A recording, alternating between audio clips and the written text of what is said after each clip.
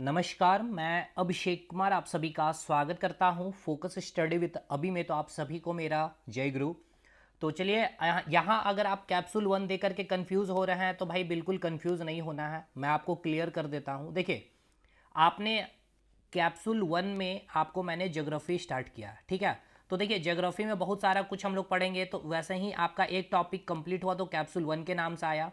फिर ज्योग्राफी में आपका कैप्सूल 2 आएगा जिसमें पूरा मैप पढ़ेंगे। जैसे कि आपने कैप्सूल 1 में लैटिट्यूड लॉन्गिट्यूड आपने कंप्लीट किया, सेकंड कैप्सूल में आप मैप पढ़ेंगे, थर्ड कैप्सूल में आपके जितने नेबरिंग कंट्री उसको पढ़ेंगे। इस प्रकार से ज्योग्राफी में चौथा कैप्सूल आएगा, पांचवा कैप्सूल आएगा।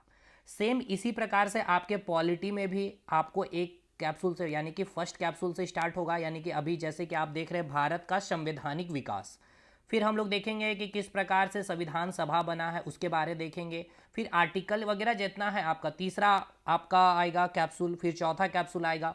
उसी प्रकार आपके हिस्ट्री में भी उसी प्रकार स्टार्ट होंगे, पहला कैप्सूल, दूसरा कैप्सूल, तीसरा कैप्सूल और चौथा कैप्सूल।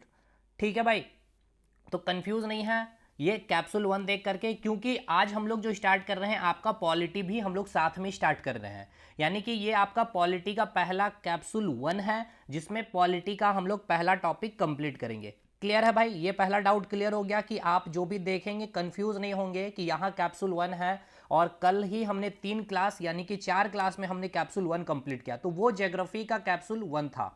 ये आपका पॉलिटी का कैप्सूल 1 है। मैं आपका फोल्डर भी अलग से बना दिया हूं, वहां कोई भी दिक्कत नहीं होना चाहिए आपको। खैर, फिर भी मैंने यहाँ पे क्लियर कर दिया हूँ। अब आइए, और भी इंपॉर्टेंट बात है। देखिए, ये क्लास आपके एप्लीकेशन पे ही जाएगा, यूट्यूब पे नहीं जाएगा, इसीलिए मैं आपके साथ कुछ चीज़ें को शेयर करता हूँ। जिस प्रकार आप लोग अभी मोटिवेट हो करके पढ़ रहे हैं, देखिए भाई, आप मेरे झारखंड के दोस्त होंगे। मैं कभी अपने आप को टीचर मान करके आपको नहीं पढ़ाता हूँ, एक स्टूडेंट के भांति पढ़ाता हूँ ताकि मैं आपके दिल दिमाग और आपके हर एक डाउट को मैं सॉल्व आउट कर सकूँ। तो आप झारखंड के हो सकते हैं, यूपी के हो सकते हैं, बिहार के हो सकते हैं, मतलब आप इंडिया से कहीं से भी होंगे। तो आपको जो सुपर 50 बैच में आपने जो एडमिशन लिया है या आप हमारे कैप्सूल सीरीज में एडमिशन लिए हैं, मैं बस ये आपसे सुनना चाहता हूं कि आपका कहीं ना कहीं किसी भी एक एग्ज़ाम में आपका सिलेक्शन हो जाना चाहिए इस बार, कोई भी एक गवर्नमेंट एग्जामिनेशन में।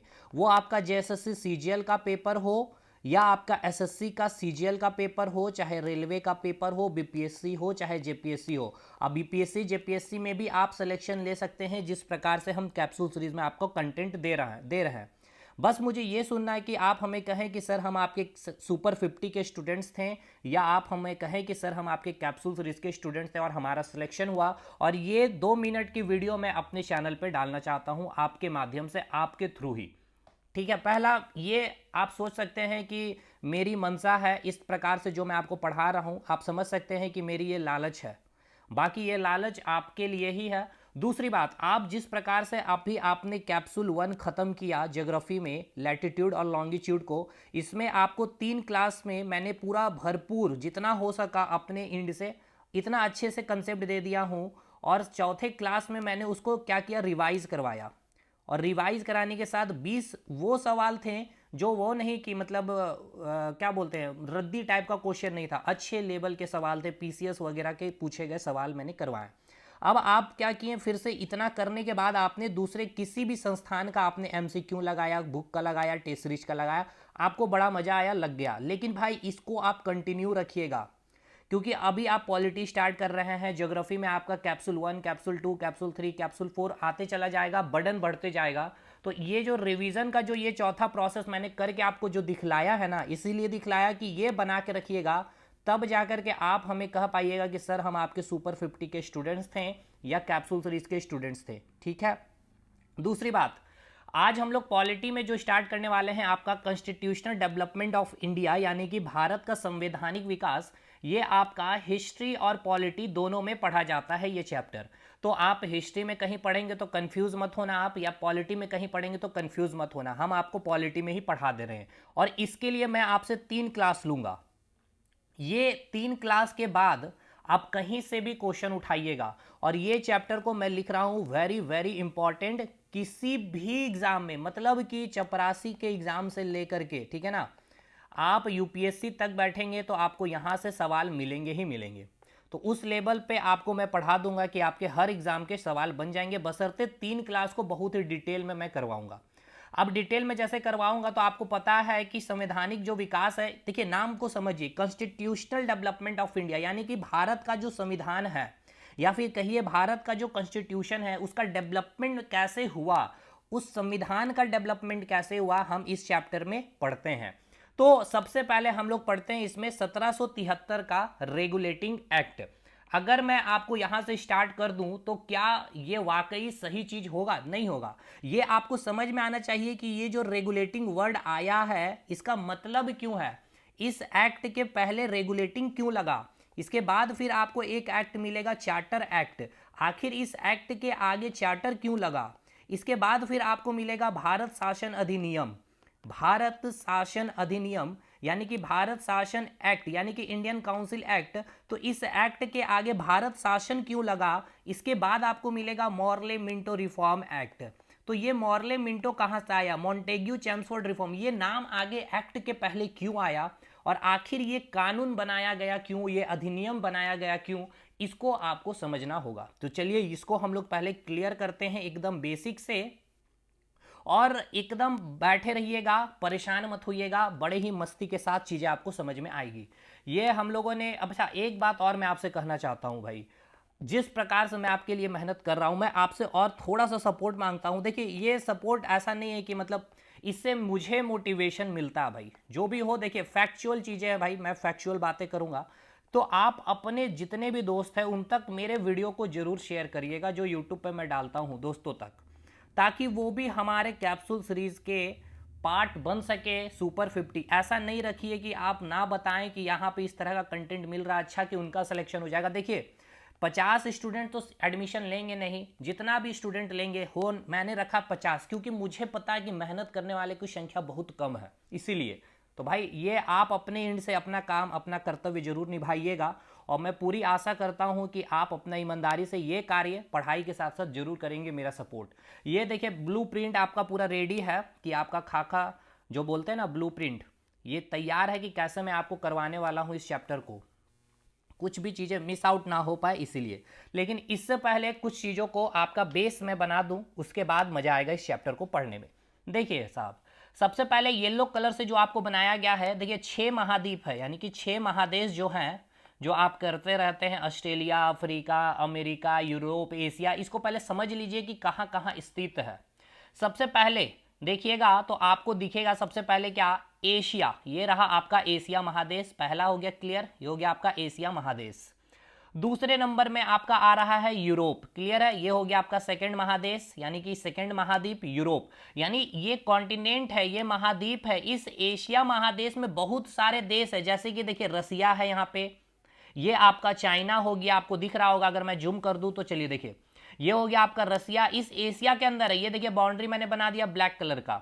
इधर आपका नॉर्थ अमेरिका हो गया, साउथ अमेरिका हो गया, ये आपका जापान हो गया, ये आपका इंडिया हो गया, ये आपका नेपाल हो गया, इधर आपका ईरान हो गया, ये पाकिस्तान अफगानिस्तान को क्या बोलिएगा, ये तो अपना ही है भाई, अखंड भारत है। उसी प्रकार जब यूरोप में आप आएंगे तो आपको देखिए नॉर्वे दिख रहा है, फ्रांस दिख रहा है, जर्मन दिख रहा है, ये रहा ब्रिटेन, इंग्लैंड, ये भी आपका यूरोप महाद्वीप में है। पुर्तगाल, ये भी आपका यूरोप महाद्वीप में, देखिए ये पुर्तगाल यहाँ पे है, ये जो आपका दिख रहा है ना यहाँ पे आपका यूरोप महाद्वीप है, सॉरी ये आपका पुर्तगाल देश है। अब यूनाइटेड किंगडम को जो आप देख रहे हैं, यानी कि जो ब्रिटेन या अंग्रेज जिसे कहते हैं इंग्लैंड को, ये हो गया आपका ब्रिटेन, ठीक है, यूनाइटेड किंगडम। उसी प्रकार ये दो महाद्वीप आपने देख लिया, महाद्वीप का मतलब समझ लिया कि जिसमें बहुत सारे क्या होंगे, देश होंगे। उसी प्रकार ये तीसरा नंबर का आपका उत्तरी अमेरिका है, जिसको आप बोलते हैं अमेरिका ना, ये रहा आपका अमेरिका, ये हो गया आपका कनाडा, ये हो गया अलास्का जिसपे अमेरिका का राज्य है, ठीक है, ये हो गया आपका मैक्सिको। उसी प्रकार ये तीसरा महाद्वीप, ये हो गया आपका चौथा महाद्वीप साउथ अमेरिका, ठीक है ना, क्या हो गया ये आपका साउथ अमेरिका, ये चौथा महाद्वीप हो गया। नेक्स्ट आपका ये हो गया आपका अफ्रीका, ये हो गया आपका क्या, अफ्रीका, ये हो गया आपका अफ्रीका, ये हो गया आपका पांचवा महाद्वीप, ये हो गया आपका पांचवा महाद्वीप। और ये है आपका ऑस्ट्रेलिया, ये हो गया आपका छठे नंबर का महाद्वीप, ठीक है, ये हो गया आपका 6th नंबर का महाद्वीप। तो 6 महाद्वीप क्लियर हुआ, एक हो गया आपका एशिया, सेकेंड हुआ आपका यूरोप, थर्ड हुआ आपका उत्तरी अमेरिका नॉर्थ अमेरिका, फोर्थ हुआ आपका साउथ अमेरिका, ये हो गया आपका साउथ अमेरिका। 5वें नंबर में आपने देखा अफ्रीका को, आपने देख लिया किसको, अफ्रीका को देख लिया। ये जो रेड कलर का जो बाउंड्री आपको दिख रहा है ना, ये जो रेड कलर का बाउंड्री आपको जो दिख रहा है, ये अफ्रीका महाद्वीप हो गया 5वें नंबर पे। 6ठे नंबर पे आपने देख लिया ऑस्ट्रेलिया को, ये हो गया आपका ऑस्ट्रेलिया। अब एक चीज आपको और मैं दिखलाना चाहूंगा, कुछ महासागर है, जैसे कि यहां आप देखेंगे ये हो गया आपका प्रशांत महासागर। इसी प्रकार यहां भी आपको प्रशांत महासागर दिख रहा है। तो क्या आपको अब कंफ्यूजन हो रहा, नहीं होना चाहिए। देखिए एक चीज मैं अभी आपको यहां पे दिखला रहा हूं, ये आपका 0 डिग्री वाला है लाइन, यानी मैं लंबा वाला यानी कि खड़ा खड़ा रेखा खींच रहा हूं, इसे हम क्या कहेंगे, ये आपका ग्रीनविच से देखिए यहां से पास किया है, ये आपका यहां से पास किया है, ये आपका 0 डिग्री यानी कि देशांतर रेखा है, यानी ये क्या है आपका लॉन्गिट्यूड है। याद आ रहा ना भाई, ये क्या है आपका लॉन्गिट्यूड है। इसलिए मैंने आपका रीढ़ का हड्डी क्लियर किया हूं पहले। उसके बाद इस साइड जो भी होगा आपका क्या होगा, इस साइड आपका क्या होगा, ईस्ट होगा, और इस साइड क्या होगा आपका वेस्ट होगा। क्लियर है भाई। उसी प्रकार आपको अक्षांश यानी कि लैटिट्यूड में 0 डिग्री इक्वेटर लाइन खींचूंगा तो ये रहा आपका 0 डिग्री लाइन, ये रहा आपका 0 डिग्री, देख सकते हैं ये है आपका 0 डिग्री। ये क्या हो गया आपका, यहां मैं लिख दे रहा हूं इसे विषुवत रेखा, इसे मैं लिख दिया हूं विषुवत रेखा, यानी कि लैटिट इक्वेटर लाइन हो गया। तो ये आपका देखिएगा यहां से आपको अगर मैं लाइन खींचते चलूं इस प्रकार से डॉट डॉट करके, ये स्ट्रेट भले ना जाए लेकिन कोई बात नहीं, इसको समझ लीजिए ये आपका हो गया ये 0 डिग्री वाला लाइन, ठीक है ना, ये हो गया आपका 0 डिग्री वाला लाइन, ये क्या हो गया आपका इक्वेटर लाइन हो गया, ठीक है, विषुवत रेखा हो गया। अब इसके साइड में इधर आपका क्या है, ईस्ट है, तो ये आपका क्या होगा 180 डिग्री ईस्ट होगा, होगा कि नहीं होगा। उसी प्रकार ये आप जो देख रहे हैं ये क्या होगा आपका 180 डिग्री वेस्ट होगा, होगा भाई। अब ये जो आप देख रहे हैं क्या देख रहे हैं, ये आपका 2D में दिख रहा है, आपको देखना है किस में है, 3D में देखना है। तो 3D में देखने के लिए क्या करेंगे, इस पेज को इधर से हम उठाएंगे और इस पेज को इधर से जब हम उठाएंगे यानी कि एक सिलेंड्रिकल बनाना चाहेंगे, तो ये जो पेपर का ये वाला जो एंड है यानी कि ये जो 180 डिग्री का जो ईस्ट है और ये 180 डिग्री का जो वेस्ट वाला जो देशांतर रेखा है, ये एक दूसरे के ऊपर क्या करेगा, ओवरलैप कर जाएगा। 180 डिग्री ईस्ट और 180 डिग्री वेस्ट ओवरलैप करके 180 डिग्री का देशांतर रेखा या लॉन्गिट्यूड बनाएगा। और ये जो बना यानी कि ये जो आपका इस प्रकार से आपने जो सिलेंड्रिकल आकार से जो आपने मोड़ा है इस प्रकार से, तो यहां से जो 0 डिग्री थी इसके जस्ट अपोजिट क्या आया था आपका, ये 180 डिग्री आएगा। यानी कि ये जो 0 डिग्री का जो देशांतर रेखा है इसके अपोजिट क्या आ गया आपका, ये 180 डिग्री ईस्ट और 180 डिग्री वेस्ट। क्लियर हो रहा ना भाई। तो इसीलिए ये प्रशांत महासागर 2 जगह दिखलाया गया है ना, कि आप इसे 3D में देखिए मोड़ करके, ग्लोब में देखिए इसको मोड़ करके, तो प्रशांत महासागर इस प्रकार से दोनों साइड यहाँ पे 2D में दिखाया गया है। ये चीजें क्लियर हो गई भाई, 2 जगह क्यों है ये आपको कंफ्यूजन नहीं होना चाहिए। चलिए इसको अब हम लोग हटाते हैं, अब आगे बढ़ते हैं। 2 कंट्री 3 कंट्री को मैं आपको दिखलाना चाहता हूं। यहां पे देखिए ग्रीन कलर से जो आपको दिखलाया गया है ये है आपका इंडिया, ये क्या है आपका इंडिया है, यानी कि मेरा भी इंडिया है। उसी प्रकार यहां आपको दिखलाया गया है यूनाइटेड किंगडम, ये रहा आपका यूनाइटेड किंगडम, देखिए ये हो गया आपका यूनाइटेड किंगडम, और ये हो गया आपका पुर्तगाल दिखाया गया है। यानी ये जो आपको ब्लैक कलर से यहां मैं जो देश को दिखलाया हूं और ये जो ब्लैक वाला जो रीजन है ये आपका पुर्तगाल है। तो पहले मुझे ये बतलाइए कि जो यूनाइटेड किंगडम है और जो पुर्तगाल है किस महाद्वीप में है, किस महादेश में, तो आप कहेंगे सर ये यूरोप महाद्वीप में है। क्लियर है भाई, यस सर क्लियर है। अगर मैं आपसे पूछूं कि ये इंडिया कहां है, किस महाद्वीप में, तो आप कहेंगे सर ये आपका एशिया में है।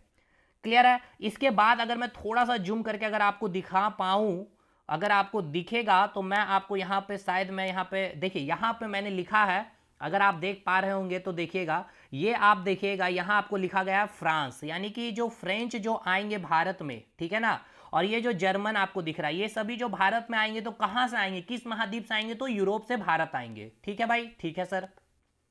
अब आप मुझे ये बतलाइए, एकदम बेसिक सा फंडा है, अपना बेसिक सा कॉमन सेंस आपको लगा करके बतलाना है। आप हमें ये बतलाइए कि अगर मैं इस यूरोप से भारत, या फिर मैं कहूं कि यूरोप से इधर, यहां से यूरोप से अगर कोई भी आना चाहेगा भारत, तो इधर से शॉर्टकट पड़ेगा आने के लिए, ठीक है, तो इधर से भारत के पास आने का एक रास्ता है, लेकिन कुछ कारणवश, ये हिस्ट्री का पार्ट है इसलिए मैं यहां नहीं जाऊंगा ज्यादा डिटेल, कि ये रास्ता अभी बंद हो रखा है, ठीक है ना, इस रास्ते को अभी बंद कर दिया गया।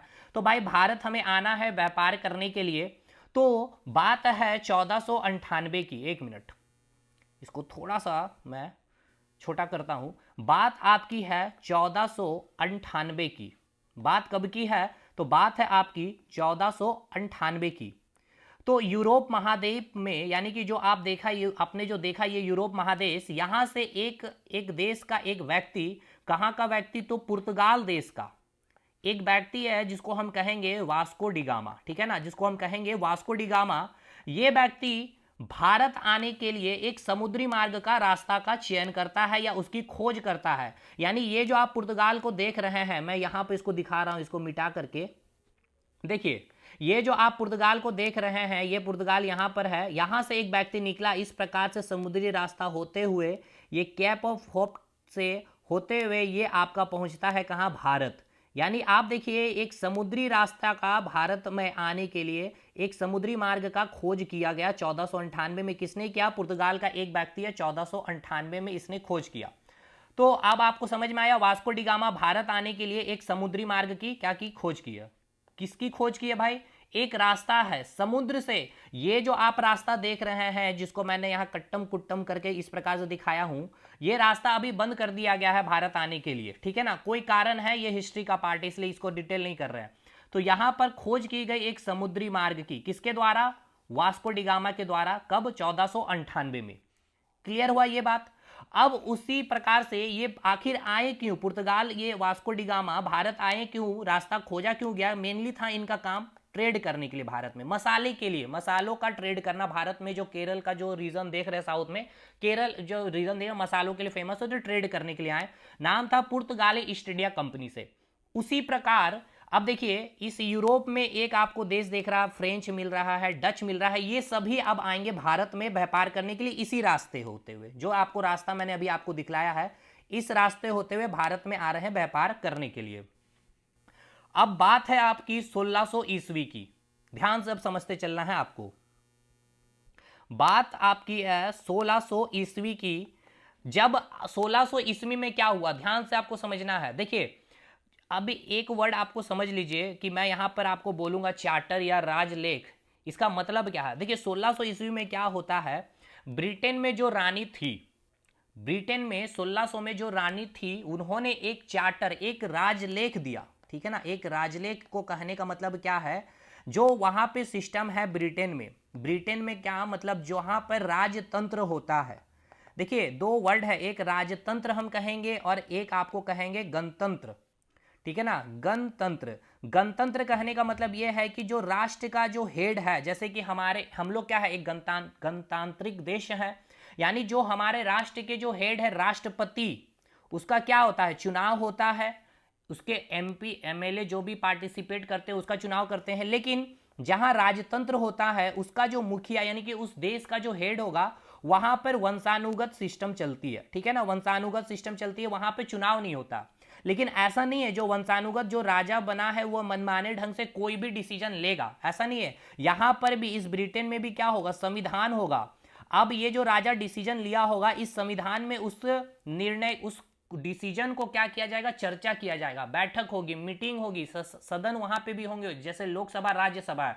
उसके बाद वहां से उस कानून को क्या किया जाएगा, लागू किया जाएगा, अगर डिसीजन सही रहा तो। लेकिन ये जो हेड होते हैं यहाँ पे, ये वंशानुगत होते हैं, और यहां जो राष्ट्रपति होते हैं, इसका क्या किया जाता है, चुनाव किया जाता है।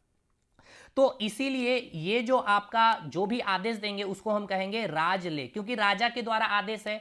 ये कहा जाता है, इंग्लिश में इसे कहा जाता है चार्टर, यानी कि आदेश आपको दिया गया। तो चार्टर का मतलब समझ में आ गया, क्यों कहते हैं चार्टर, क्योंकि ये ब्रिटेन से आ रहा है ना। और ब्रिटेन में जो मुखिया है, जो राष्ट्र अध्यक्ष है, जो प्रेसिडेंट है, जो बोल सकते हैं कि जो मेन हेड हमें जो बैठे हुए हैं, वो कैसे हैं, वंशानुगत पद से बिलोंग करते हैं, इसलिए इसको कहा गया है चार्टर।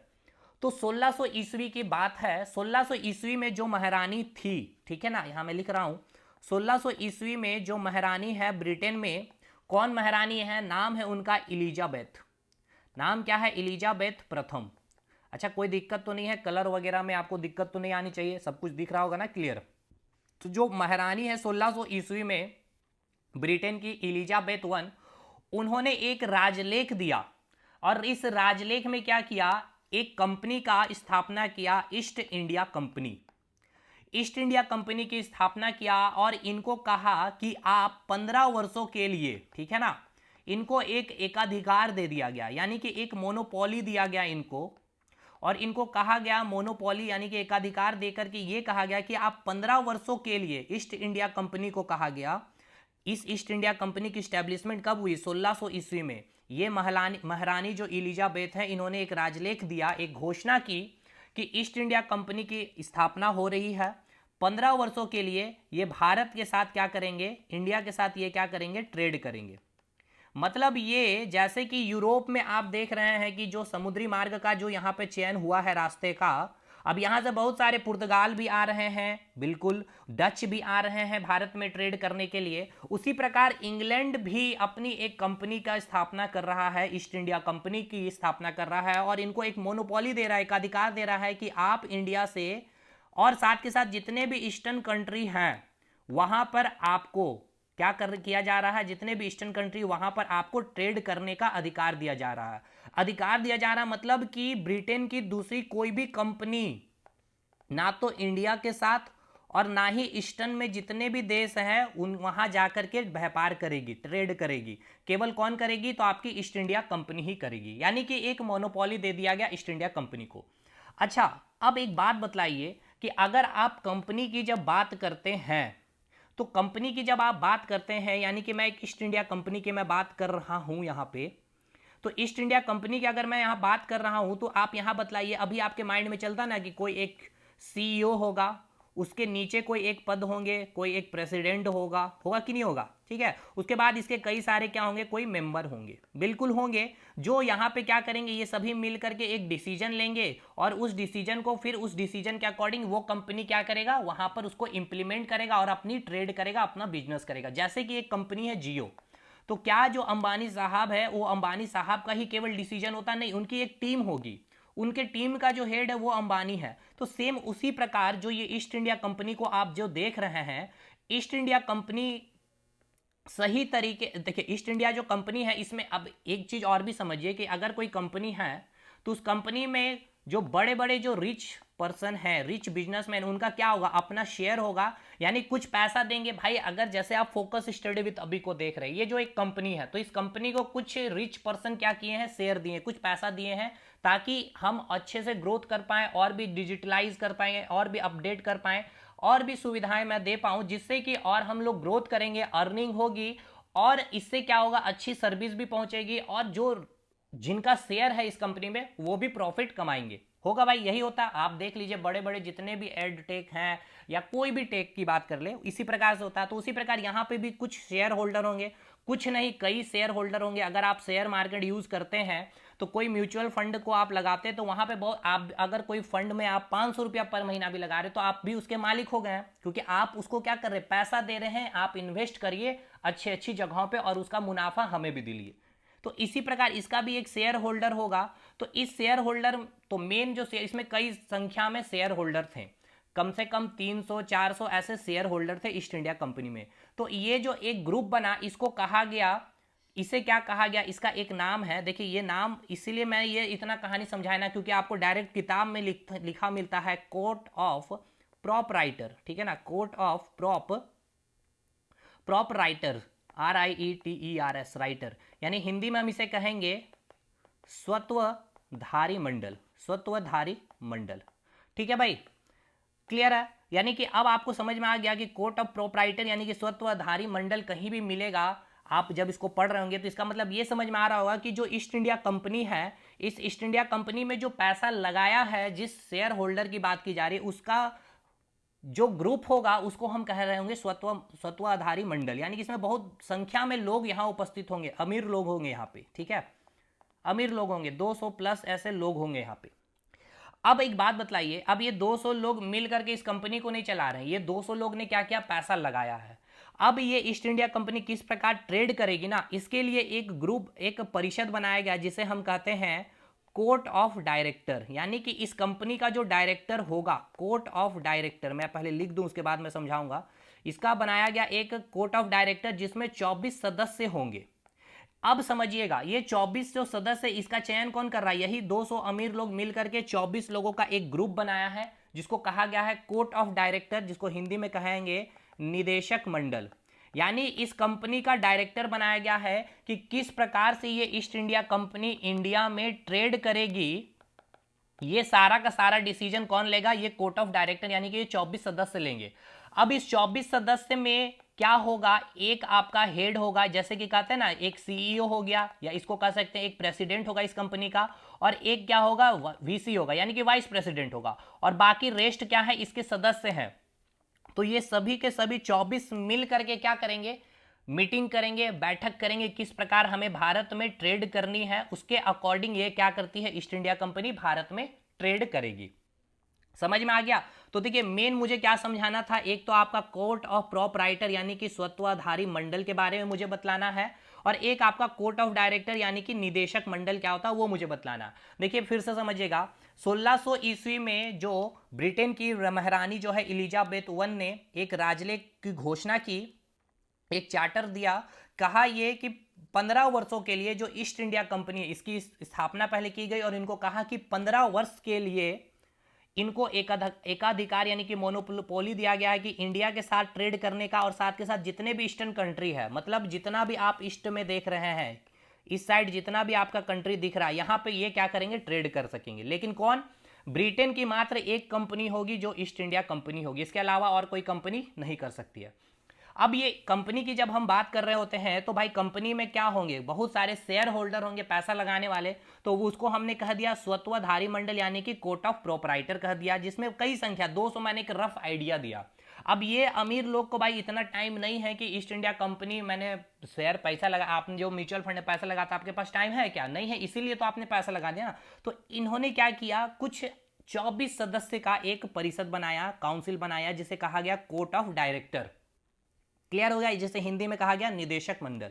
अब इसमें एक हेड होगा यानी सीईओ होगा, और एक उसका वीसी होगा, 22 सदस्य। अब ये लोग मीटिंग करके किस प्रकार भारत में ट्रेड करना है, यहां पर कोर्ट ऑफ डायरेक्टर के अकॉर्डिंग, यानी कि जो ईस्ट इंडिया कंपनी को आपने जो देखा, ये ईस्ट इंडिया कंपनी किस प्रकार से ट्रेड करेगी भारत में, व्यापार करेगी भारत में, ये किस प्रकार से करेगी, तो जो डिसीजन आपका कोर्ट ऑफ डायरेक्टर लेगा उसके अकॉर्डिंग ईस्ट इंडिया कंपनी कहां पर फैक्ट्री बैठानी है, कहां पर कौन सी कंपनी, कौन सी चीज की, कौन सी प्रोडक्ट की फैक्ट्री बैठानी है, ये सब चीज का जो डिसीजन है कोर्ट ऑफ डायरेक्टर लेगा। ठीक है भाई, यहां तक चीजें क्लियर है। यहां से जो महारानी जो थी इलिजाबेथ, उन्होंने तो ये घोषणा कर दी, ईस्ट इंडिया कंपनी की स्थापना कर दी, और इनको कह दिया कि आप भारत के साथ क्या करें, व्यापार जाकर के करें। ठीक है, कोई भी आपको बीच में आकर के कोई भी कंपनी आकर के इंडिया में ट्रेड नहीं करेगी, ब्रिटेन की या इंग्लैंड की। अब 1700 ईस्वी में एक और राजलेख पास किया जाता है ब्रिटेन की महारानी के द्वारा। 1700 में क्या कहा जाता है कि जो ईस्ट इंडिया कंपनी है इसकी 3 हेडक्वार्टर होंगे। ठीक है ना, 3 हेडक्वार्टर होंगे, या कह सकते हैं इनको 3 प्रोविंसेस में बांटा गया, 3 प्रांत में बांटा गया। 3 प्रांत में बांटने का मतलब यह है, एक प्रांत आपका हो गया कलकत्ता, दूसरा हो गया आपका मद्रास, और तीसरा हो गया आपका बंबई। ठीक है ना, तीसरा हो गया आपका बंबई। कहने का मतलब ये, जो आप अगर सदर्न साइड का मैं अगर फिगर बना के दिखाऊं, तो ये जो आप देख रहे हैं ये हो गया आपका कलकत्ता। ठीक है ना, ये हो गया आपका कलकत्ता, ये हो गया आपका कलकत्ता, ये हो गया आपका मद्रास, और आपका ये हो गया आपका बंबई। ठीक है, अब देखिए इसको, अब एक चीज ये गौर करिए, क्योंकि जो रास्ता खोजा गया समुद्री मार्ग से, तो जो समुद्री तट से सटे हुए जहां पर होंगे जो क्षेत्र, वहीं पे ये हेडक्वार्टर बनाया। तो जैसे देखिए ये समुद्री तट से सटे, तो आराम से जहाज से यहां पे चले जाएंगे, यहां पे जहाज से आराम से उतर सकते हैं, उसी प्रकार यहां पे भी जहाज से आराम से उतर सकते हैं। क्लियर है ना, तो ये कलकत्ता हो गया, ये बंबई हो गया, और ये आपका मद्रास, ये 3 हेडक्वार्टर बना दिए गए। क्लियर है कि नहीं, आप हमें ये बताइए 3 हेडक्वार्टर कैसे बना, आपको समझ में आ रहा। पहला ये हेडक्वार्टर, ये 1700 की अभिलेख की कहानी है। फिर 1700 के बाद 1726 में एक और राजलेख, या कह सकते हैं कि एक और चार्टर, एक और आदेश भेजा गया महारानी एलिजाबेथ के द्वारा। उन्होंने ये कहा कि जो 3 प्रांत हैं, इस 3 प्रांत में एक एक गवर्नर होंगे। ठीक है ना, एक एक क्या होगा, एक एक गवर्नर होगा, और ये गवर्नर उस स्थान में जहां भी है, कलकत्ता में है, चाहे मद्रास में है, चाहे बंबई में है, उस स्थान की स्थिति के अकॉर्डिंग क्या कर सकता है, कानून बना सकता है। अब देखिए किस प्रकार से ईस्ट इंडिया कंपनी जो ट्रेड कर रही थी ना, अब उसको ना थोड़ा और भी ज्यादा पावर बढ़ाया जा रहा है महारानी एलिजाबेथ के द्वारा, या फिर ब्रिटेन की महारानी और महाराजा के द्वारा। और इसी प्रकार से आप देखिएगा कि जो company east India company Bharat में ट्रेड करने के लिए आया था, ट्रेड करने के साथ साथ किस प्रकार भारत में अपना शासन करने लगेगा, अपने साम्राज्य को विस्तार करने के चक्कर में निकल पड़ेगा। ठीक है ना, जैसे जैसे इसको पावर मिलेगा और इस पावर का वो गलत यूज करना स्टार्ट करेंगे।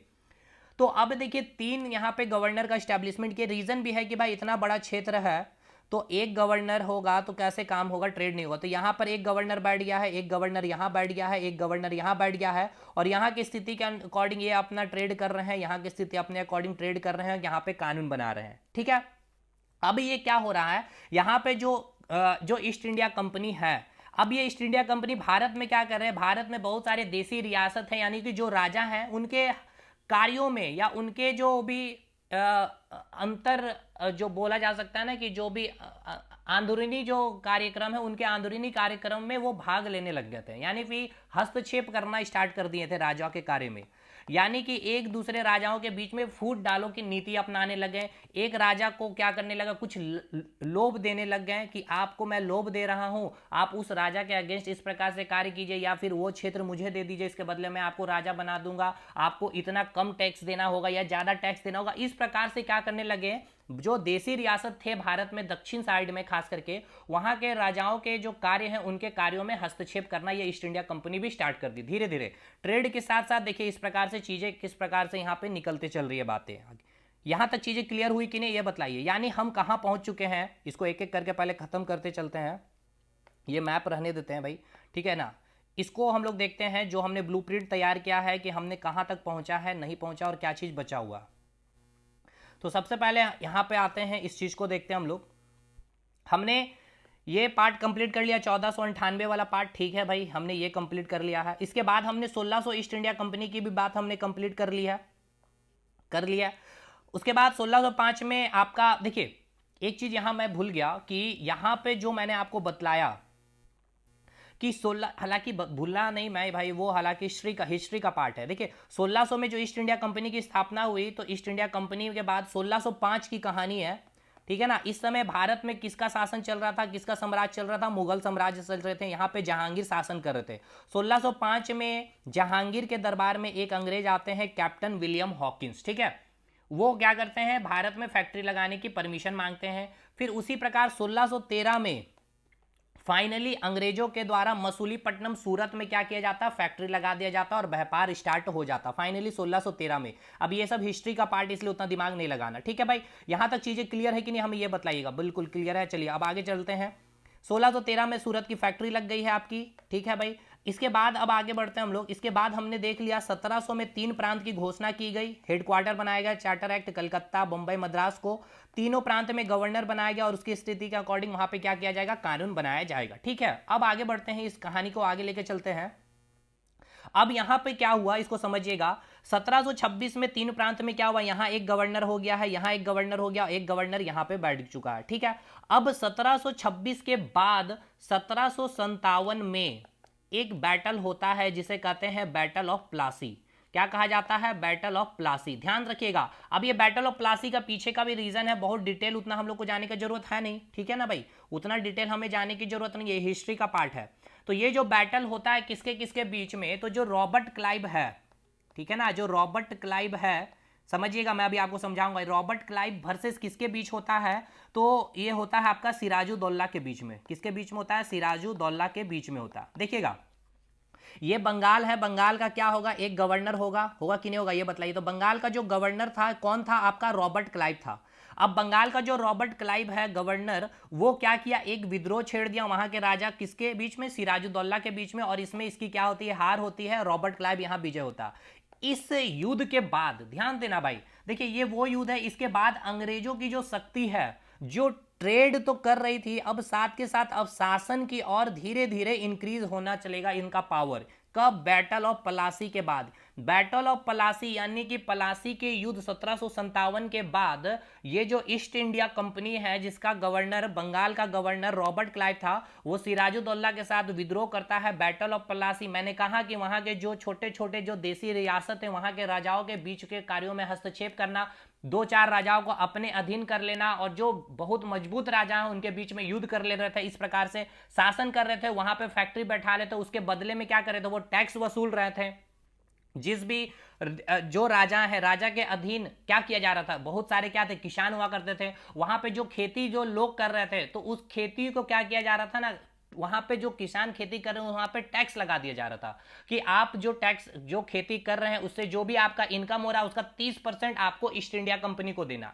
ठीक है, तो देखिए इस प्रकार से ये क्या कर रहे थे, इस प्रकार से शासन या फिर कह सकते हैं शोषण करना स्टार्ट करेंगे धीरे धीरे। अभी अब 1757 के बाद फिर से एक विद्रोह होता है 1764। ये वो विद्रोह है जब पूरी तरह से बंगाल पे अब ईस्ट इंडिया कंपनी का कंट्रोल हो जाएगा, जिसको हम लोग कहते हैं बक्सर का युद्ध, बैटल ऑफ बक्सर।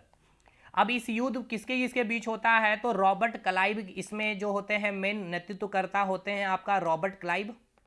और किसके किसके बीच में होते हैं, तो तीन नवाब हैं। तीन नवाब में कौन कौन है, एक आपका होता है रॉबर्ट, सॉरी यहाँ रॉबर्ट क्लाइव में लिख दिया, ये बैटल ऑफ बक्सर है ना, बैटल ऑफ बक्सर में जो लीड कर रहा था इस समय जो गवर्नर है अभी कौन है, हेक्टर मुनरो है। ठीक है ना, ये कौन है, हेक्टर मुनरो है। देखिए ये हेक्टर मुनरो कैसे चेंज हो गया, अभी मैंने आपको कहा ना कि यहाँ पर जो 24 सदस्य, जो 24 मेंबर होंगे, ये क्या करेंगे, एक हेड इसका बनेगा। अब ये हेड कौन बना रहा है, यही 24 लोग चुन करके ही बना रहे थे। तो जो वहां से जो आपका जो आपका ये हेक्टर मुनरो बना है अभी गवर्नर भारत बंगाल का, ये क्या करता है, बक्सर का युद्ध को नेतृत्व करता है ईस्ट इंडिया कंपनी के तरफ से। और इधर जो मुगल बादशाह जो थे आपका कौन था, शाह आलम था, शाह आलम था आपका एक। ठीक है, और एक बंगाल का नवाब था, बंगाल का नवाब कौन था आपका, मीर कासिम था। ठीक है, मीर कासिम था। और एक अवध का नवाब यानी कि लखनऊ का नवाब जिसको कहेंगे वो कौन था आपका, लखनऊ का नवाब कौन था भाई, अवध का नवाब कौन था, सुजाउद्दौला। ठीक है, सुजाउद्दौला, सुजाउद्दौला। इसके बीच में युद्ध होता है और ये हारते हैं और इसकी जीत होती है। सोचिए ये तीन राजा, ठीक है ना, अवध का, लखनऊ का, बंगाल का, और ये हो गया आपका पूरा मुगल का जो मेन शासक थे शाह आलम द्वितीय, इन तीनों को हरा देना मतलब समझिए कि पूरी तरह से बंगाल पे अब इनका अधिकार हो जाएगा ये बक्सर के युद्ध के बाद। इसके बाद इलाहाबाद की संधि होती है इनके साथ में, हेक्टर मुनरो की। इस इलाहाबाद की संधि में क्या होता है कि जो बंगाल है आपका, ठीक है ना, जो बंगाल हो गया, जो बिहार हो गया, और जो आपकी उड़ीसा हो गई, यहां से जो राजस्व है, जो भी टैक्स कलेक्शन का पूरा अधिकार किसको मिल जाता है, अब अंग्रेज को। अंग्रेज कहने का मतलब ईस्ट इंडिया कंपनी को। देखिए ईस्ट इंडिया कंपनी जो ट्रेड कर रही थी, अब इस 1764 जो बक्सर का जो युद्ध हुआ, इस युद्ध के बाद अब ये ईस्ट इंडिया कंपनी क्या करेगी, बंगाल, ये ईस्ट इंडिया कंपनी आपका बंगाल हो चाहे बिहार हो चाहे उड़ीसा हो, ठीक है, यहां से अब राजस्व की प्राप्ति करने का इनको अधिकार मिल जाता है। यानी वहां पे जितने भी कृषक है जो भी खेती कर रहे हैं उसका आपको टैक्स पे करना होगा ईस्ट इंडिया कंपनी को। ठीक है, अब क्या होता है, हेक्टर मुनरो के बाद, ठीक है ना, हेक्टर मुनरो यहां पे लीड कर रहे थे। ठीक, अब 1765 में, ध्यान से सुनना है आपको, ये आपका 1765 की बात है। इस समय 1765 में जो बंगाल का गवर्नर था कौन था, रॉबर्ट क्लाइव था। ठीक है ना, बंगाल का गवर्नर कौन था आपका, रॉबर्ट क्लाइव था। अब ये रॉबर्ट क्लाइव क्या करता है, बंगाल में द्वैध शासन, ठीक है ना, द्वैध शासन प्रणाली को लागू करता है। द्वैध शासन प्रणाली क्या, मैं इसको बताता हूं, यानी कि दो तरीका से आपके ऊपर शासन किया जाएगा। अभी भी हमारे ऊपर द्वैध शासन ही चलता है। कैसे कि आप स्टेट को भी टैक्स देते हैं और राज्य को भी टैक्स देते हैं। तो यहां पर कैसे किया जाता था, देखिए एक क्या किया जाएगा, एक पहला टैक्स कि आपको ईस्ट इंडिया कंपनी को टैक्स देना पड़ेगा। ठीक है, दूसरा जो वहां के सरकार हैं, जो स्थानीय सरकार हैं, उनको भी आपको टैक्स देना पड़ेगा, समझे। और जो इनको टैक्स मिलेगा उस टैक्स का 80% ईस्ट इंडिया कंपनी को यह स्थानीय सरकार देगी। समझ में आया, द्वैध शासन प्रणाली यानी कि दो तरीके से आपको लूटा जाएगा। पहला लूटने का तरीका कि आपको ईस्ट इंडिया कंपनी को तो टैक्स देना है, जो भी ये कह देंगे जितना भी परसेंट। दूसरा आपको वहां की जो स्थानीय सरकार है उनको भी टैक्स देना है, कितना, 80%। और सॉरी, जितना भी आप टैक्स देंगे उसका 80% आप क्या करेंगे, ईस्ट इंडिया कंपनी, यानी कि वो स्थानीय सरकार 80%, यानी कि आपने स्थानीय सरकार को 100 रुपया दिया तो 100 रुपया में 20 रुपया ये आपका स्थानीय सरकार रखेगी और 80 रुपया किसको दे दिया जाएगा, ईस्ट इंडिया कंपनी को दे दिया जाएगा, यह स्थानीय सरकार दे देगी। तो इसे हम कहेंगे द्वैध शासन प्रणाली। और ये द्वैध शासन प्रणाली कब तक चलता है, 1765 से लेकर 1772 तक। वेरी वेरी इंपॉर्टेंट क्वेश्चन है। देखिए ये जो काल है इसे कहा जाता है लूट ऑफ भारत, यानी कि भारत को बड़ी ही बुरी तरीका से इस समय लूटा जाता है रॉबर्ट क्लाइव के द्वारा। समझ में आया।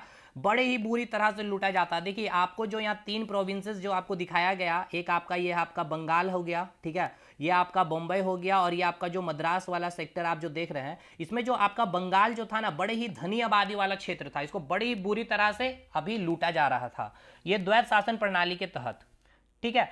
अब ऐसा क्यों हो पा रहा था, अब इसको भी समझिए। देखिए ये जो आपके पास जो ईस्ट इंडिया कंपनी जो आपको भेजी गई यहाँ पे ट्रेड करने के लिए, अब आप देख रहे हैं कि अब ये पूरी तरह से क्या कर रहा है, ट्रेड तो कर ही रहा है, साथ के साथ अब आपके ऊपर शासन भी कर रहा है। अब ऐसा इसलिए कर रहा था ना कि ये ईस्ट इंडिया कंपनी के ऊपर किसी का कंट्रोल नहीं था। किसी का कंट्रोल कहने का मतलब ये बनाया किसके द्वारा गया था, ब्रिटेन के द्वारा बनाया गया था, ब्रिटेन की ये कंपनी थी। तो ब्रिटेन की जो राजा या रानी थी, इनका कोई कंट्रोल क्या ईस्ट इंडिया कंपनी के ऊपर था? नहीं, इनको तो 15 साल का मोनोपोली दे दिया गया था कि आप जाइए भारत के साथ ट्रेड करिए, जितने भी ईस्टर्न कंट्री वहां पे ट्रेड करिए। लेकिन भेजा गया था इनको ट्रेड करने के लिए, ना कि शासन। लेकिन धीरे धीरे इस प्रकार से ये शासन करने लग गया, और 1800 के आसपास ये भारत के पूरे जो दक्षिण भारत को आप जो देख रहे हैं ना, ये दक्षिण भारत, यहाँ पूरा का पूरा ईस्ट इंडिया कंपनी का अधिकार हो जाता, जो आप इतिहास में पढ़ते हैं। ये जो 1765 से 1772 का जो आपने समय देखा द्वैध शासन प्रणाली का, ये जिस प्रकार से लूट चली, इसकी खबर जब ब्रिटेन में पहुंचती है, ठीक है, जब ब्रिटेन में पहुंचती है और ब्रिटेन पार्लियामेंट यानी कि ब्रिटेन का जो संसद है वहां तक जब ये बात आती है कि जो ईस्ट इंडिया कंपनी है, जो ट्रेड करने के लिए जिसे बना करके भेजा गया था, वो भारत में इस प्रकार के कार्य कर रही है और अपने पावर का गलत मिसयूज कर रही है, मनमानी तरीके से यहाँ पर वो प्रशासन भी कर रही है, चला रही है और ट्रेड भी कर रही है। तो अब कहीं ना कहीं इनको ऐसा लगेगा कि इस ईस्ट इंडिया कंपनी को क्या करना है, हमें अपने अंदर में लाना, या फिर उनको क्या करना है, रेगुलेट करना है। देखिए रेगुलेट करने का मतलब क्या है कि जैसे कि कुछ पावर आपके पास जो है ना, आपको कुछ पावर दिया जाएगा और कुछ पावर आपको कंट्रोल करने के लिए आपके ऊपर वाले रखेंगे। जैसे कि आप जिस भी पोस्ट में कार्यरत हैं उसके ऊपर कोई एक होगा, जैसे ग्रुप डी में तो ग्रुप सी का एक कार्यरत आपको कंट्रोल करेगा, ग्रुप सी को ग्रुप बी करेगा, ग्रुप बी को ग्रुप ए करेगा, ग्रुप ए को मिनिस्ट्री करेंगे, इस प्रकार से चीजें चलती है। तो उसी प्रकार से जो ईस्ट इंडिया कंपनी है, अब जिस प्रकार से मनमानी ढंग से द्वैध शासन प्रणाली में जिस प्रकार से भारत में लूट मचाई है, अब इसको कंट्रोल करने के लिए, इसको रेगुलेट करने के लिए अब ब्रिटिश पार्लियामेंट क्या करेगी, कानून बनाएगी, एक्ट बनाएगी, और जो आपका वहां पर जो सिस्टम चल रहा है भारत में ईस्ट इंडिया कंपनी के तरफ से, उसको पूरा का पूरा बदलाव किया जाएगा।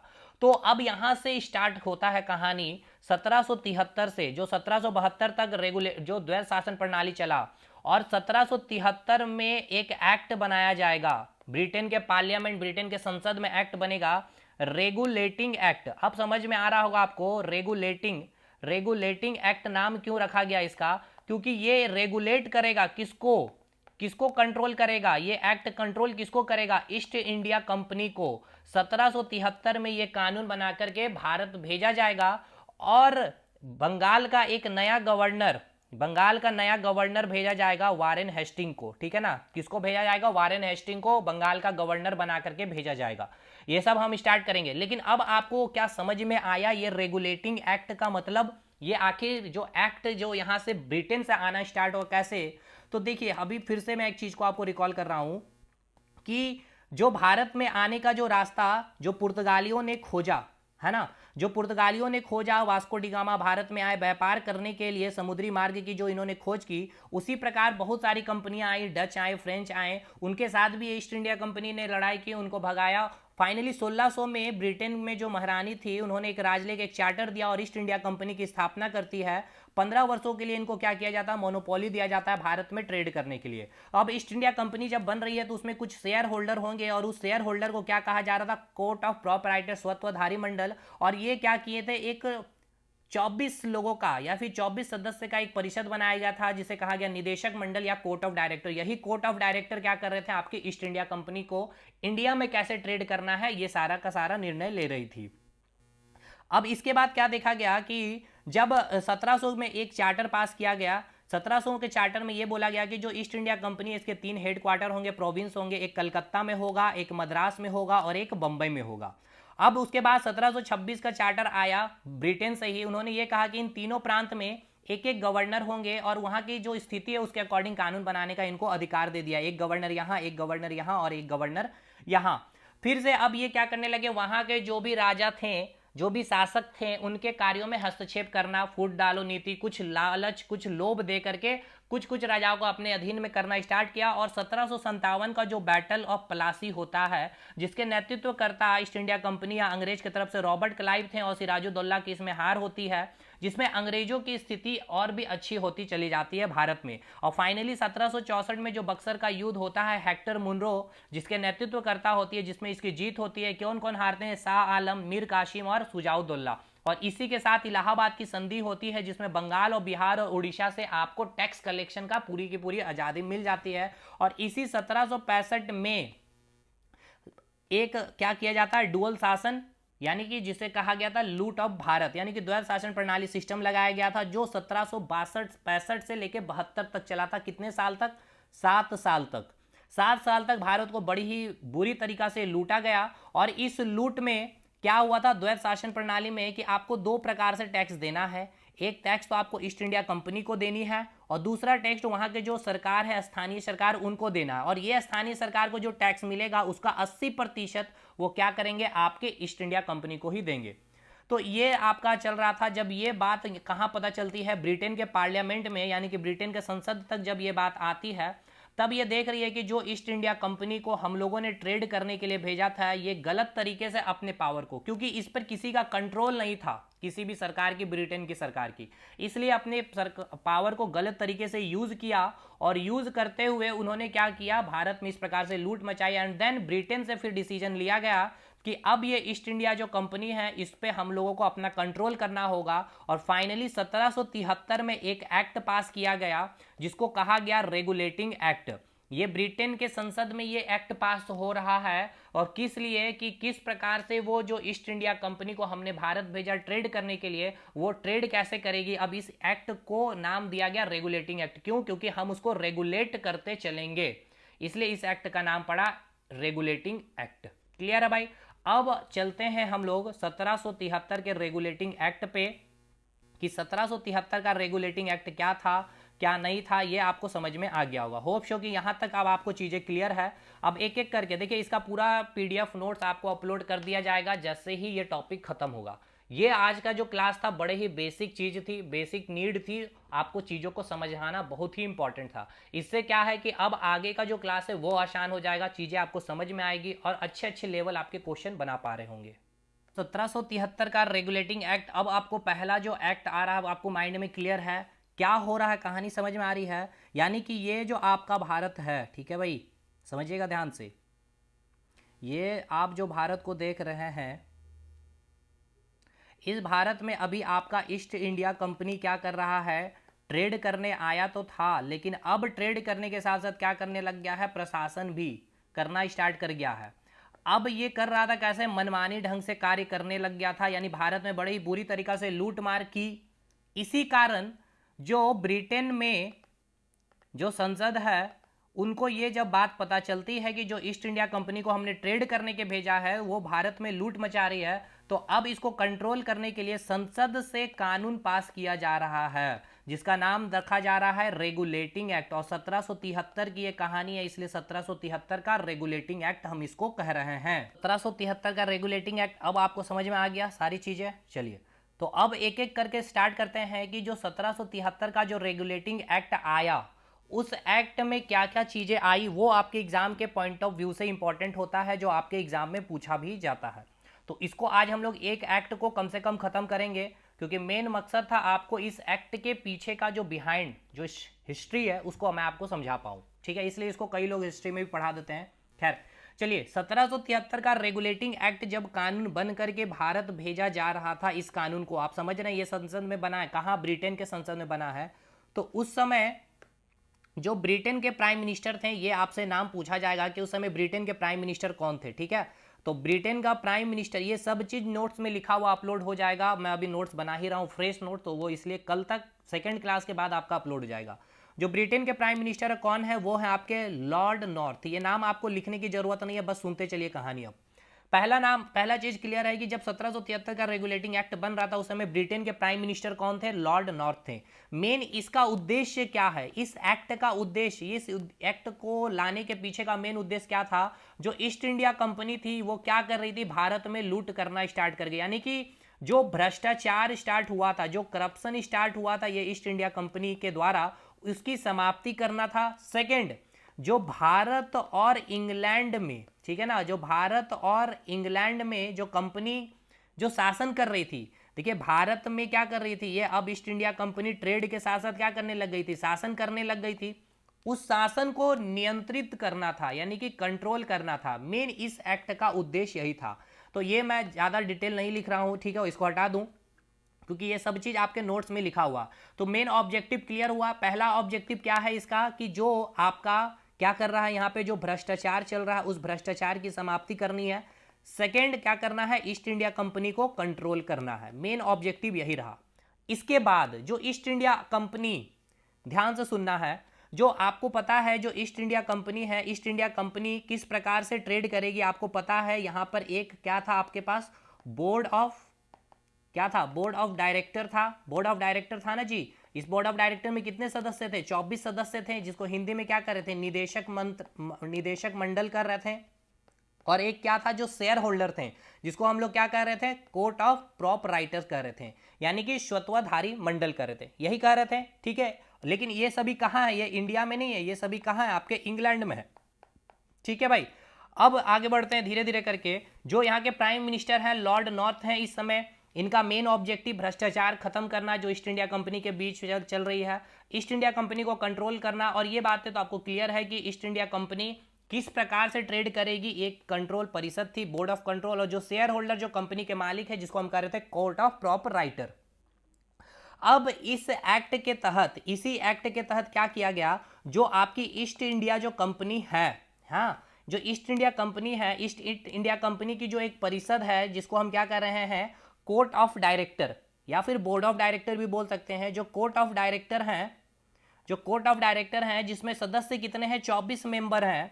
अब इस मेंबर की जो अवधि है, यानी कि जो रिटायरमेंट हो रहे थे ना, ठीक है ना, जो इनकी रिटायरमेंट है, ये हर साल रिटायर हो जा रहे थे। एक एक वर्ष में क्या हो रहे थे? रिटायर हो रहे थे। और हर एक एक वर्ष के बाद यहाँ पे 24 मेंबर का क्या हो रहा था? चयन हो रहा था। और इसका चयन कौन करता था? यही शेयर होल्डर जो थे।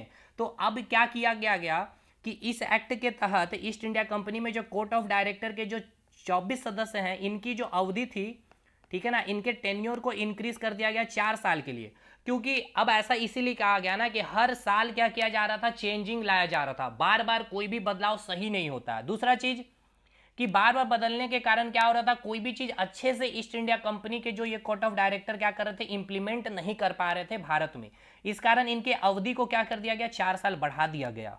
क्लियर हुआ? पहला ये कार्य, पहला सबसे कार्य क्या हुआ? जो भ्रष्टाचार है, जो ईस्ट इंडिया कंपनी है, उनको नियंत्रण करने के लिए इसका एक्ट का मेन ऑब्जेक्टिव रहा। दूसरा, जो ईस्ट इंडिया कंपनी की जो कोर्ट ऑफ डायरेक्टर है, देखिए ये सब पूछा जाएगा भाई सवाल आपके, कि जो कोर्ट ऑफ डायरेक्टर हैं उसमें जो 24 सदस्य हैं, उनका टेन्योर को जो इंक्रीज किया गया कितने से कितने साल? 1 से 4 साल तक। कौन से एक्ट में बढ़ाया गया? तो 1773 के रेगुलेटिंग एक्ट में बढ़ाया गया। इसके बाद क्या काम किया गया? इसी एक्ट के तहत, ठीक है ना, इसी एक्ट के तहत जो बंगाल का गवर्नर है, ध्यान से सुनिएगा, देखिए ये जो आपका बंगाल का जो गवर्नर है भाई, ध्यान से समझिए इस चीज को। ये जो बंगाल का जो यहाँ पर गवर्नर आप जो देख रहे हैं, जो बंगाल का गवर्नर है आपका, जो रॉबर्ट क्लाइव, अभी एस नाम बस याद रखिए, जो रॉबर्ट क्लाइव है, जो बंगाल का अभी जो गवर्नर था, अब वो इतना लूटपाट किया गया ना, इसीलिए क्या किया जाएगा? उसको हटाया जाएगा और एक नया गवर्नर, बंगाल का गवर्नर को यहाँ पर बैठाया जाएगा। लेकिन इस एक्ट में यह कहा गया कि जो बंगाल का जो गवर्नर है उसके पावर को क्या किया जा रहा है? बढ़ाया जा रहा है, ठीक है। क्या किया जा रहा है? बढ़ाया जा रहा है बंगाल के गवर्नर के पावर को। और बढ़ा करके क्या किया जा रहा है? जो ये आपका बंबई जो आप देख रहे हैं और ये जो आपका मद्रास है, ठीक है, ये जो बंबई हो गया और ये जो आपका मद्रास है, यहाँ पे जो गवर्नर है और यहाँ पे जो गवर्नर है, ठीक है, ये सभी गवर्नर अब जो है इनके अधीन आ जाएंगे। कहने का क्या मतलब है? इस एक्ट में क्या हुआ समझिएगा, देखिएगा इस एक्ट में क्या हुआ, ध्यान से समझिए। देखिए इस एक्ट में क्या किया गया? इस एक्ट में यह बोला गया कि जो बंगाल का, ठीक है ना, जो बंगाल का जो गवर्नर है, इस बंगाल के गवर्नर का जो पावर है उसको क्या किया जा रहा है? इंक्रीज किया जा रहा है। साथ के साथ जो बॉम्बे, और जो मद्रास में जो गवर्नर बैठा हुआ है, ये सभी गवर्नर अब इसके अधीन आ जाएंगे। तो देखिए पावर बढ़ गया ना, यानी ये कि जो बंगाल का जो गवर्नर है और ये जो मुंबई और जो मद्रास का गवर्नर है, अब कोई भी डिसीजन लेंगे तो अपने मन से अब नहीं ले सकते हैं, कोई भी कानून नहीं यहाँ पे अपने मन से बना सकते, उससे पहले इनका क्या करना पड़ेगा, इनसे परमिशन लेना पड़ेगा। इसीलिए ये जो बंगाल का जो गवर्नर हम कह रहे हैं, अब बंगाल का गवर्नर को बंगाल का गवर्नर नहीं कहेंगे, इसे कहा जाएगा बंगाल का गवर्नर जनरल। तो यही आपके इंपॉर्टेंट बन जाते हैं आपके एग्जाम के लिए। तो सबसे इंपॉर्टेंट समझ में आया कि बंगाल का जो गवर्नर है, अब बंगाल का गवर्नर जनरल कहा जाने लगा किस एक्ट में, तो 1773 का रेगुलेटिंग एक्ट में।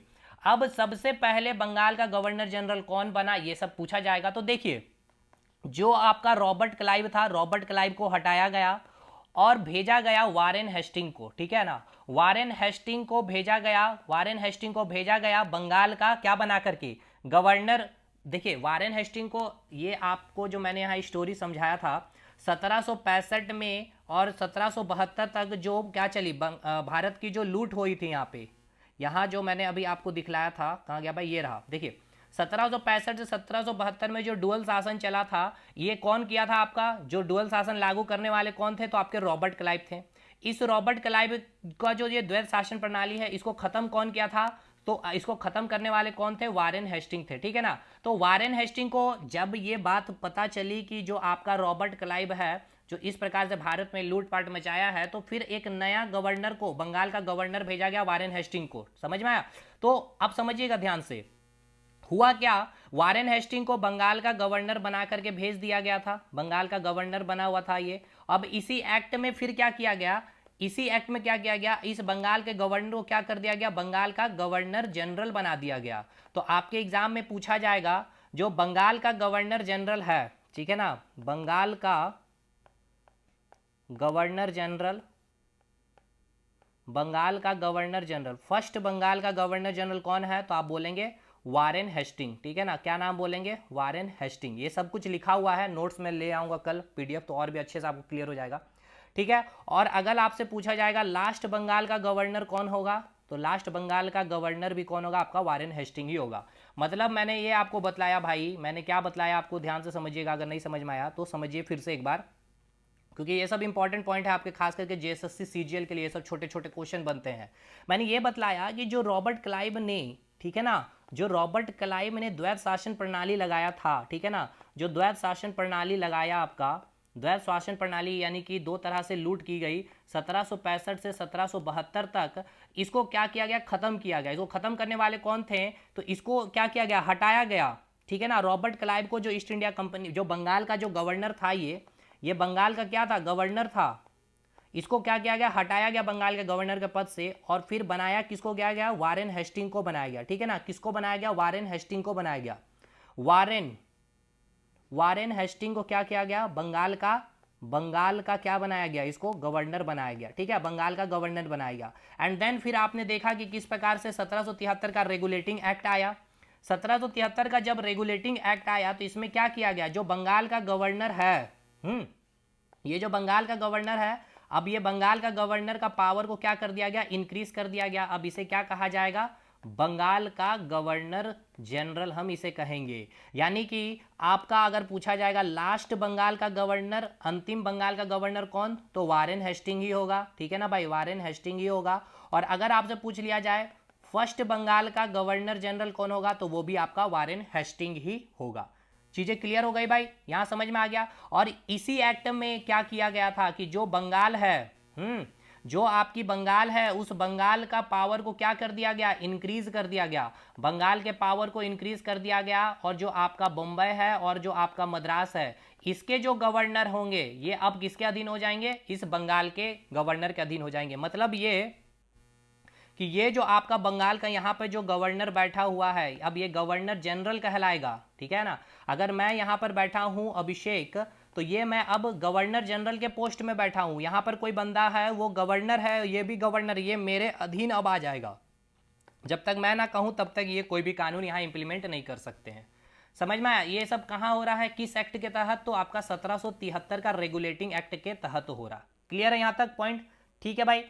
अब यही आपका पूछा भी जाएगा, पहला गवर्नर बंगाल का, अंतिम बंगाल का गवर्नर, तो आप बोलेंगे वारेन हेस्टिंग। पहला बंगाल का गवर्नर जनरल वारेन हेस्टिंग, इसी ने क्या किया था, जो द्वैध शासन प्रणाली रॉबर्ट क्लाइव ने लगाया था उसको क्या किया था, खत्म भी किया था। ठीक है, अब इसी एक्ट में क्या किया गया, 1774 में सुप्रीम कोर्ट की स्थापना की गई आपकी कलकत्ता में। ठीक है, ये भी आपका एग्जाम में पूछा गया सवाल है, कलकत्ता में। और इस सुप्रीम कोर्ट का जो चीफ जस्टिस बना, इसका नाम आपको याद रखना है, यानी कि जो मुख्य न्यायाधीश, जो मुख्य, ये सब मैं नहीं इतना लिख रहा क्योंकि नोट्स में लिखा हुआ, जो चीफ जस्टिस बनते हैं उनका नाम आपसे पूछा जाएगा, वो है आपका, क्या नाम है उनका, लॉर्ड इलीजा इम्पे। लॉर्ड आगे बोला जाता ना, माय लॉर्ड, ठीक है ना, इसलिए लॉर्ड इलीजा इम्पे। और इनके 3 अदर जज भी थे, 3 अदर जज का नाम भी याद रखिएगा, बस मैं टाइटल्स आपको याद करवा दे रहा हूं। एक है आपका लॉर्ड हाइड है, एक आपका है लॉर्ड चेम्बर, और एक है आपका लॉर्ड लिमनास्टर। ठीक है, लॉर्ड लिमनास्टर, ये सब नाम है, ये सब नाम आपको याद करना है। और इसी एक्ट में भी एक और प्रावधान दिया गया कि कोई भी ब्रिटिश अधिकारी जो भी है, ब्रिटिश एम्प्लॉय, गवर्नमेंट एम्प्लॉय जो भी है, कोई भी क्या करेंगे, गिफ्ट नहीं ले सकेंगे। और ये प्रथा हमारे संविधान में भी कि अगर आप सरकारी पद में हैं तो आप जो समय, यानी कि ड्यूटी आवर में आप कोई भी गिफ्ट किसी से भी नहीं ले सकते, भले वो खुशी से दे रहे हैं, वो आपका रिश्वत के तौर पे देखा जाएगा। तो इसी एक्ट में ये बात भी है, देखिए यहीं से ये हमारे संविधान में भी लिया गया। क्लियर है भाई। और दूसरा एक काम और किया गया इसी एक्ट में कि जो गवर्नर जनरल है आपका, जैसे कि जो वारेन हेस्टिंग है, इसका एक कार्यकारी परिषद बनाया गया। कार्यकारी परिषद बनाया गया मतलब क्या, कि जो गवर्नर जनरल जो भी डिसीजन ले रहा है, वारेन हेस्टिंग जो भी अब डिसीजन लेंगे ईस्ट इंडिया कंपनी में, ट्रेड, ईस्ट इंडिया कंपनी जो भी ट्रेड करेगी या ईस्ट इंडिया कंपनी जो भी शासन भारत में करेगी, इसका एक कार्यकारी परिषद होगा, 4 मेंबर होगा। और ये चारों मेंबर कहाँ से होंगे, ब्रिटेन से होंगे। और इनको चयन कौन करके भेज रहा होगा, तो जो ब्रिटेन के पार्लियामेंट है वहां से।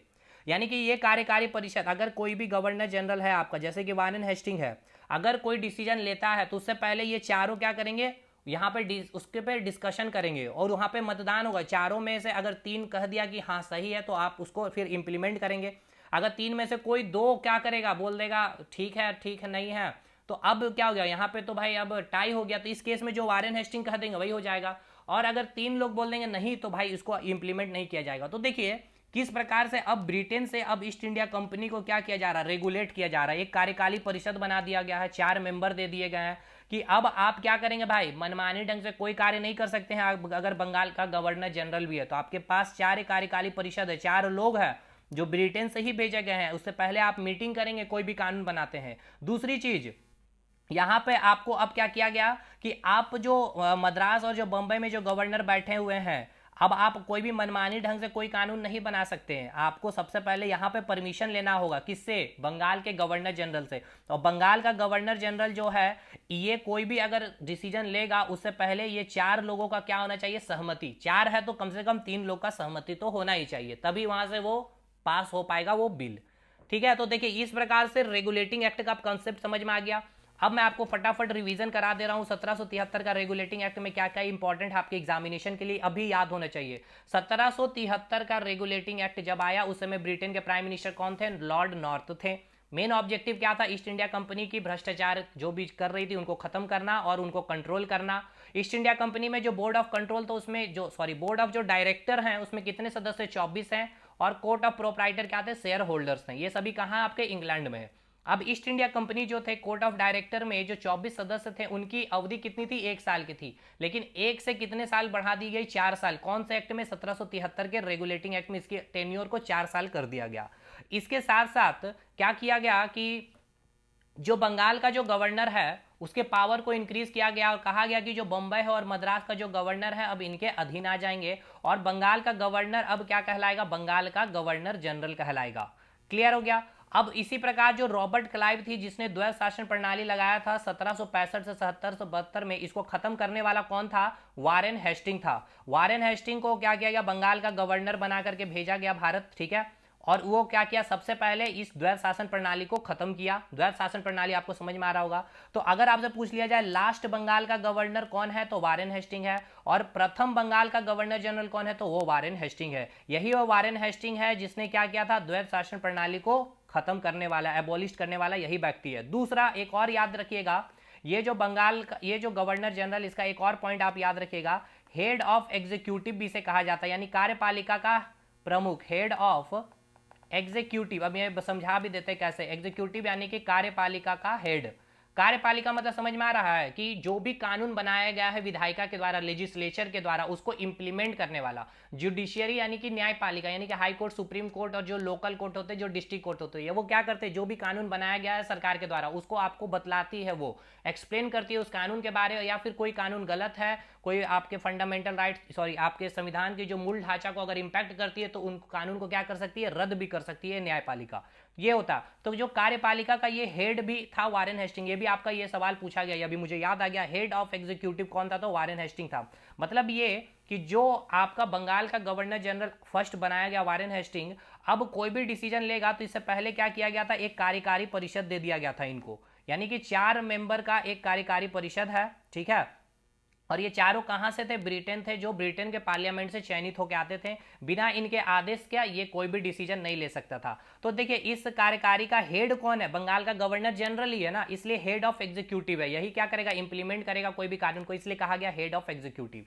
और 1774 में मैंने बोला कि आपका सुप्रीम कोर्ट कलकत्ता में स्टैब्लिशमेंट किया गया, जिसका चीफ जस्टिस था मुख्य न्यायाधीश लॉर्ड एलिजा इम्पे, और 3 अदर जज थे, एक हाइड था, चेम्बर था और क्लिमिनिस्टर था। क्लियर। और इसी में आपको कहा गया कि आप कोई भी गिफ्ट नहीं ले सकते हैं। That's all. ये हो गया 1773 का रेगुलेटिंग एक्ट फिनिश। अब यहाँ से आगे चलेंगे फटाफट, 2 क्लास में ये चैप्टर खत्म हो जाएगा। मिलते हैं अगले वीडियो में। तब